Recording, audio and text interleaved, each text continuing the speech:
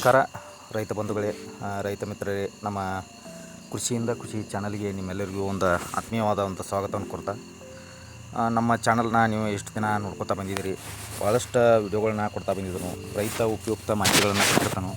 ನೀವು ಪೂರ್ತಿ ವಿಡಿಯೋಗಳನ್ನ ನೋಡ್ತಾ ಇಲ್ಲ. ಆದಷ್ಟು ಮಟ್ಟಿಗೆ ನೀವು ಪೂರ್ತಿ ವಿಡಿಯೋಗಳನ್ನ ನೋಡಿರಿ, ಯಾಕಂದ್ರೆ ಭಾಳ ಯೂಸ್ಫುಲ್ ಮಾಹಿತಿಗಳನ್ನ ತಂದಿರ್ತಾನೆ ನಾನು.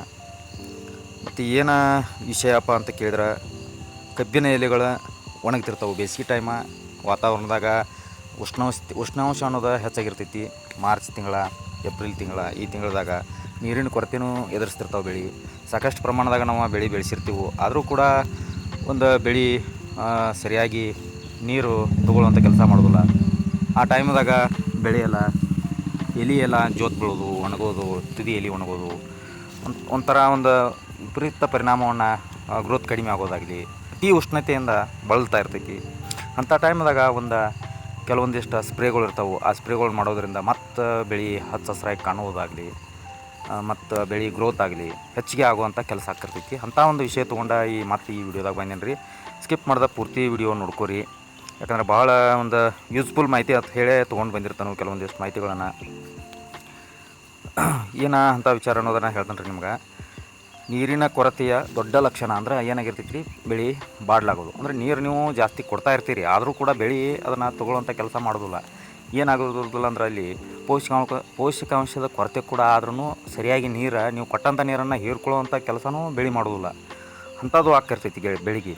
ಅಲ್ಲಿ ಏನು ಬೇಕಾಗಿರ್ತೈತಪ್ಪ ಅಂತ ಕೇಳಿದ್ರೆ, ಬೆಳೆ ಒಣಗೋ ಕಾರಣ ಅಂದ್ರೆ ಪೊಟ್ಯಾಷಿಯಮ್ ಕೊರತೆಯೂ ಸಾಕಷ್ಟು ಕಾಣಿಸ್ತೈತಿ. ಅಲ್ಲಿ ರೋಗ ನಿರೋಧಕ ಶಕ್ತಿ ಹೆಚ್ಚಾಕೈತಿ. ಅಲ್ಲಿ ಬೆಳೆ ಗುಣಮಟ್ಟದಿಂದ ಬೆಳವಣಿಗೆ ಆಗಬೇಕಾದ್ರೆ ನಮಗಲ್ಲಿ ಪೊಟ್ಯಾಷಿಯಮ್ ಸರಿಯಾದ ರೀತಿ ನಾವು ಪೂರೈಕೆ ಮಾಡಿದ್ವು ಅಂದ್ರೆ ನಮ್ಮ ಬೆಳೆ ಒಣಗಂಗಿಲ್ಲ. ಇದನ್ನು ಸ್ಪಷ್ಟವಾಗಿ ತಿಳ್ಕೊಬೇಕು ನಾವೆಲ್ಲ ರೈತರು. ಆದ್ರೆ ಈ ಪೊಟ್ಯಾಷಿಯಮ್ ಸ್ಪ್ರೇ, ಒಂದು ಸರಳ ಸ್ಪ್ರೇಯನ್ನು ನಾವು ಮಾಡಿದ್ವು ಅಂದ್ರೆ ಈ ಬೆಳೆ ಒಣಗುವುದಾಗಲಿ, ಎಲೆ ಅಂಚುಗಳು ಒಣಗೋದಾಗಲಿ, ತುದಿ ಎಲೆ ಒಣಗೋದಾಗಲಿ, ಬೆಳೆ ಹಚ್ಚರಾಗಿ ಕಾಣೋದಾಗಲಿ, ನಾವು ಯೂರಿಯಾ ಕೊಟ್ಟರೆ ಮತ್ತು ಅಷ್ಟು ಬಾಡ್ತೈತಿ. ಯಾಕಂದರೆ ಹೆಚ್ಚಿನ ಪ್ರಮಾಣದಾಗ ನಾವು ನೈಟ್ರೋಜನ್ ಕೊಡೋದ್ರಿಂದ ಅಲ್ಲಿ ಬೆಳೆ ಮೃದು ಆಗಿರ್ತೈತಿ. ಮೃದು ಆದದ್ದನ್ನು ನಾವು ರೋಗ ನಿರೋಧಕ ಶಕ್ತಿ ಕೊಡುವಂಥ ಪೊಟ್ಯಾಷನ್ನ ಮತ್ತು ನಾವು ಸ್ಪ್ರೇ ಮಾಡಬೇಕಾಗ್ತೈತಿ. ಸ್ಪ್ರೇ ಆಗಲಿ, ಸಾಯಿಲ್ ಅಪ್ಲಿಕೇಶನ್ ಆಗಲಿ, ಯಾವುದಾದ್ರೂ ಒಂದು ಮಾಡಬೇಕಾಗ್ತೈತಿ. ಹೀಗಾಗಿ ಈ ಒಂದು ಸ್ಪ್ರೇನ ಯಾವ ಟೈಪ್ ಮಾಡಬೇಕು, ಯಾವ ಥರ ಮಾಡಬೇಕು ಅನ್ನೋದನ್ನು ಈ ವಿಡಿಯೋದಾಗ ತಿಳಿಸ್ತಾನೆ. ಪೂರ್ತಿ ವಿಡಿಯೋ ನೋಡ್ಕೊರಿ, ಸ್ಕಿಪ್ ಮಾಡಬೇಡ್ರಿ. ಭಾಳಷ್ಟು ಮಂದಿ ರೈತರು ಏನು ತಪ್ಪು ಮಾಡ್ತಾರಪ್ಪ ಅಂತ ಕೇಳಿದ್ರೆ, ನೀರಿನ ಕೊರತೆ ಆದಾಗ ಮತ್ತು ನೀರು ಕೊಡೋಕೆ ಪ್ರಯತ್ನ ಮಾಡ್ತಾರೆ. ಆದರೆ ಗಿಡಕ್ಕೆ ನೀವು ಕೊಟ್ಟದ ನೀರು ತಗೋವಂಥ ಶಕ್ತಿನೂ ಇರೋದಿಲ್ಲ. ಏನು ಕಾರಣ ಅಂತದ, ಕೇವಲ ಕಬ್ಬಿಗೆ ನೀರು ಅಷ್ಟೇ ಕೊಟ್ಟರೆ ಸಾಕಾಗೋದು. ನೀರು ಬೇಸಿಗೆ ಟೈಮ್ದಾಗ ನೀರು ಕೊಟ್ಟರೆ ಕಬ್ಬ ಹಸಿರು ಆಕೈತಿ, ತೆಜ್ಜಿ ಆಕೈತಿ, ಬೆಳವಣಿಗೆ ಆಕೈತಿ ಅನ್ನೋದು ನೀವು ತಿಳ್ಕೊಂಡಿರ್ತೀರಿ. ಅಲ್ಲಿ ನೀವು ನೀರು ಕೊಟ್ಟರು ಪೊಟ್ಯಾಷಿಯಮ್ ಅಂತಕ್ಕಂಥ ಪೋಷಕಾಂಶದ ಒಂದು ಕೊರತೆ ಆಗಿತ್ತಂದ್ರೆ ಅಲ್ಲಿ ನೀವು ಕೊಟ್ಟಂಥ ನೀರನ್ನು ಕೂಡ ಸರಿಯಾಗಿ ನಮ್ಮ ಬೆಳೆ ತೊಗೊಳಂಗಿಲ್ಲ. ಇದು ಸೈಂಟಿಫಿಕ್ಕಾಗಿ ಒಂದು ವಿಚಾರ ಮಾಡೋಣ ರೀ. ಇದನ್ನು ಪೊಟ್ಯಾಷಿಯಮ್ ಗಿಡದಾಗ ಒಂದು ಪ್ರಮುಖ ಕೆಲಸ ಹೆಂಗೆ ಮಾಡ್ತೈತಪ್ಪ ಅಂತ ಕೇಳಿದ್ರೆ, ಎಲೆ ಒಳಗೆ ಸ್ಟಮಾಟ ಅಂತಕ್ಕಂಥ ಒಂದು ಸೂಕ್ಷ್ಮ ರಂಧ್ರಗಳಿರ್ತಾವೆ.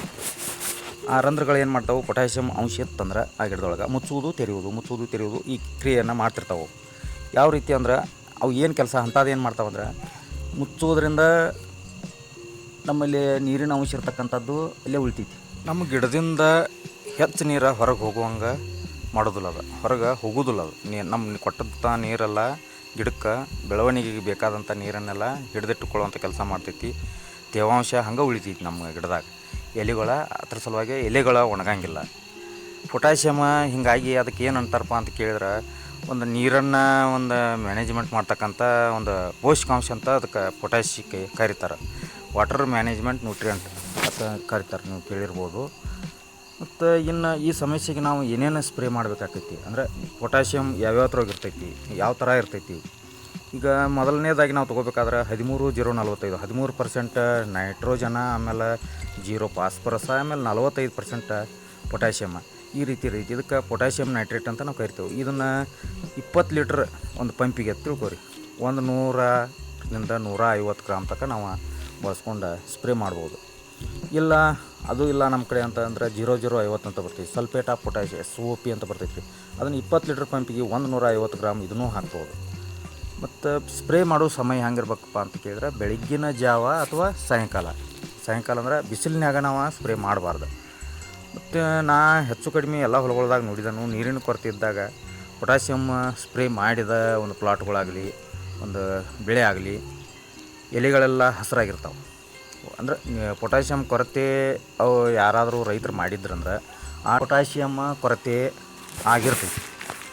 ಸ್ಪ್ರೇ ಮಾಡಿದೊಂದು ಕೆಲವೊಂದಿಷ್ಟು ದಿನಗಳ ನಂತರ ನಾವು ಸ್ಪ್ರೇ ಮಾಡಿದೆವು. ಆಗ ಏನಾಕೈತಿ, ಎಲೆ ಹಂಗೆ ಹಸಿರಾಗಿ ಉಳ್ತಾವೆ, ಗಿಡ ಹೆಚ್ಚಿಗೆ ಗ್ರೋತ್ ಬೆಳವಣಿಗೆನೂ ಆಕೈತಿ, ಮತ್ತು ಒಂದು ಗಿಡಕ್ಕೊಂದು ಚೈತನ್ಯ ಬಂದಂಗೆ ಬರ್ತೈತಿ. ಇಷ್ಟು ಇನ್ನೊಂದು ಪ್ರಮುಖ ಮಾಹಿತಿ, ಪೊಟ್ಯಾಷಿಯಮ್ ಸ್ಪ್ರೇ ಮಾಡುವಾಗ ನಾವು ಅದ್ರ ಜೋಡಿ ಹುಮಿಕ್ ಆ್ಯಸಿಡ್ ಆಗಲಿ ಅಥವಾ ಮೈಕ್ರೋ ನ್ಯೂಟ್ರಿಯೆಂಟ್ಸ್ ಆಗಲಿ ಇದನ್ನೂ ಸ್ವಲ್ಪ ನಾವು ಸೇರಿಸ್ಕೊಂಡು ಸ್ಪ್ರೇ ಮಾಡೋದ್ರಿಂದ ಇನ್ನೂ ಒಂದು ಉತ್ತಮವಾದ ಒಂದು ಫಲಿತಾಂಶ, ಒಂದು ರಿಸಲ್ಟ ನಮಗೆ ಸಿಗ್ತೈತಿ. ರೈತ ಬಂಧುಗಳಿಗೆ ಕಬ್ಬಿನ ಬೆಳೆಯಲ್ಲಿ ಪೊಟ್ಯಾಷಿಯಮ್ ಒಂದು ಜೀವದ ಥರ ಕೆಲಸ ಮಾಡ್ತೈತಿ. ಯಾಕಂದ್ರೆ ರೋಗ ನಿರೋಧಕ ಶಕ್ತಿ ಇರ್ತೈತಿ, ಅದಕ್ಕೆ ಒಂದು ಹ್ಯುಮಿನಿಟಿ ಕೊಡ್ತೈತಿ, ಒಂದು ಬೆಳೆಗೆ ಒಂದು ತಾಕತ್ತು ಬರೋಂಗಂತ ಕೆಲಸ ಮಾಡ್ತೈತಿ. ನೀರಿನ ಕೊರತೆ ಇದ್ದಾಗ ಸರಿಯಾದ ಸಮಯದಾಗ ಇದನ್ನು ಸ್ಪ್ರೇ ಮಾಡಿದಂದ್ರೆ ನಮ್ಮ ಗಿಡ ಉಳಿತೈತಿ, ಹೆಚ್ಚು ಇಳುವರಿ ಸಿಗಾಕೊಂಡು ಸಹಾಯ ಆಕೈತಿ. ಸ್ನೇಹಿತರೆ, ಈ ಮಾಹಿತಿ ನಿಮಗೆ ಉಪಯೋಗವಾಗಿತ್ತಂದ್ರೆ ಈ ವಿಡಿಯೋಗೆ ಒಂದು ಲೈಕ್ ಕೊಡಿರಿ, ಎಲ್ಲ ರೈತರಿಗೂ ಶೇರ್ ಮಾಡಿರಿ, ನಮ್ಮ ಕೃಷಿಯಿಂದ ಖುಷಿ ಚಾನಲ್ಗೆ ಸಬ್ಸ್ಕ್ರೈಬ್ ಮಾಡಿರಿ. ಮತ್ತು ಮುಂದಿನ ವಿಡಿಯೋದಾಗ ಬರೋಣ್ರಿ. ಅಲ್ಲಿ ತನಕ ಎಲ್ಲರಿಗೂ ನಮಸ್ಕಾರಗಳು.